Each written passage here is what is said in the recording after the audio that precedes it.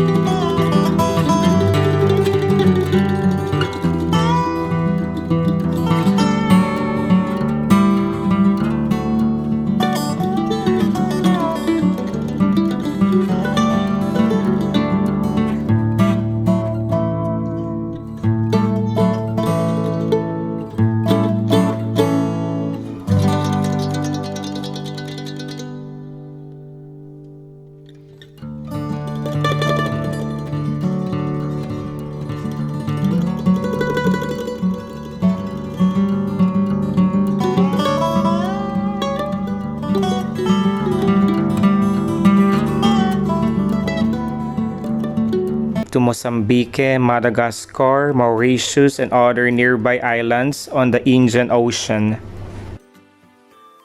It is widely grown as an ornamental plant and houseplant, valued for its richly colored evergreen leaves and thick irregular stems.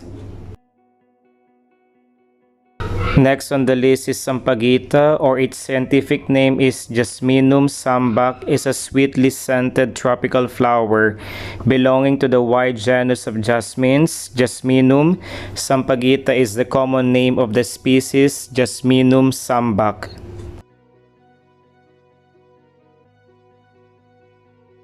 Sampaguita is also known as Philippine jasmine, Arabian jasmine, Pikake in Hawaii, Grand Duke of Tuscany, Kampupot, and Melati.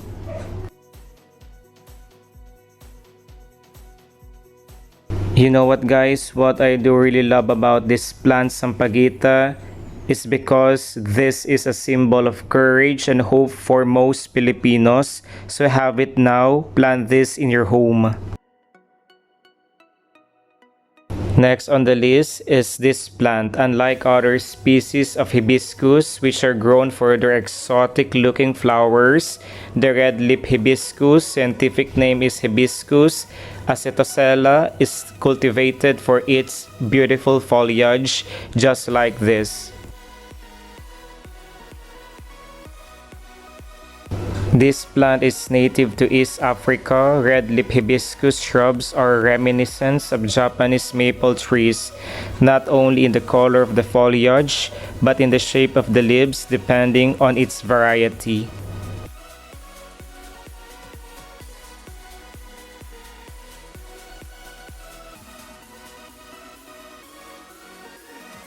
Next on the list is this tea plant. Scientific name is Cordyline fruticosa, believed by Hawaiians to possess mystical power, was planted to bring good luck, long life, and lasting love. This tea plant, Cordyline fructicosa, grows right out of the log so fast you can almost see it grow. In some areas of the tropics, it's a landscape shrub. In frost-free areas, the plant is grown outside houses to bring good fortune and ward off ghosts or evil spirits.